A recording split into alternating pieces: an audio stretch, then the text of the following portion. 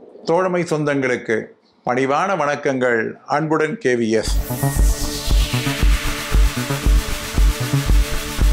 இலாக்கா ஊழியர்கள் உயர்கல்வி பெறுவதற்காக முன்னனுமதி பெற வேண்டும் என்று CCS கான்ட்ராக்ட் ரூல்ஸிலே சொல்லப்பட்டு இருக்கிறது. அதற்கான நிபந்தனைகள் இருக்கின்றன.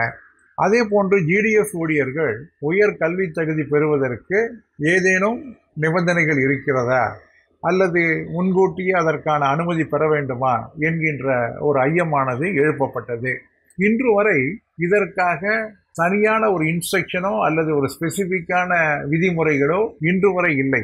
GDS ஊழியர்கள் மேற்கொண்டு படிப்பதற்காக பர்மிஷன் பெற வேண்டும் என்பதற்கான எந்த விதிமுறைகளும் இதுவரை வகுக்கப்படவில்லை. ஒவ்வொரு மாநிலத்திலும் ஒவ்வொரு விதமான நடைமுறைகள் கடைபிடிக்கப்பட்டு GDS ஊழியர்கள் மேல் படிப்பு சம்பந்தமாக முடிவெடுத்து கொண்டிருக்கின்றார்கள். இதற்காக ஒரு விளக்க ஆணையாக 3/6/2024 ஆணையிலே ஒரு தெளிவான விளக்கமாக ஒரு GDS ஊழியர் மேற்கொண்டு படிக்க வேண்டும் என்று விருப்பப்பட்டால் அவருடைய அலுவலக நேரத்திற்கு பின்னால், அவருடைய பணி நேரத்திற்கு பின்னால் வகுப்பிலே சேர்ந்து தகுதி பெற வேண்டும் என்றால் அதை கண்டிப்பாக வழங்கிட வேண்டும். அதற்கு எந்த விதமான ஆட்சேபனையும் தெரிவிக்க கூடாது.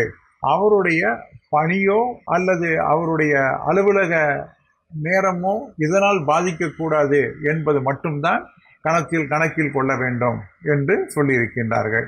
அது மட்டுமல்லாமல் மிக தெளிவாக ஒரு GDS ஊழியர் மேற்கொண்டு கல்வி தகுதி பெறுவதற்காக மேற்கொண்டு படித்தால் அவர் எந்த விதமான முன் அனுமதியும் பெற தேவையில்லை.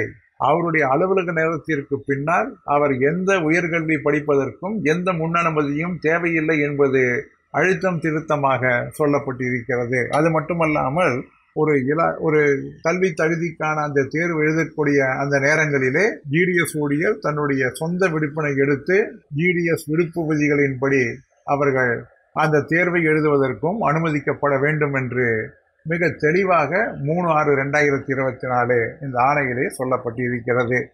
என்ன நண்பர்களே, நிச்சயம் இது GDS ஊழியருக்கு பலனுள்ள ஒன்றாக அமையும் என்று நம்புகிறேன். மீண்டும் சந்திப்போம். அன்புடன் KVS.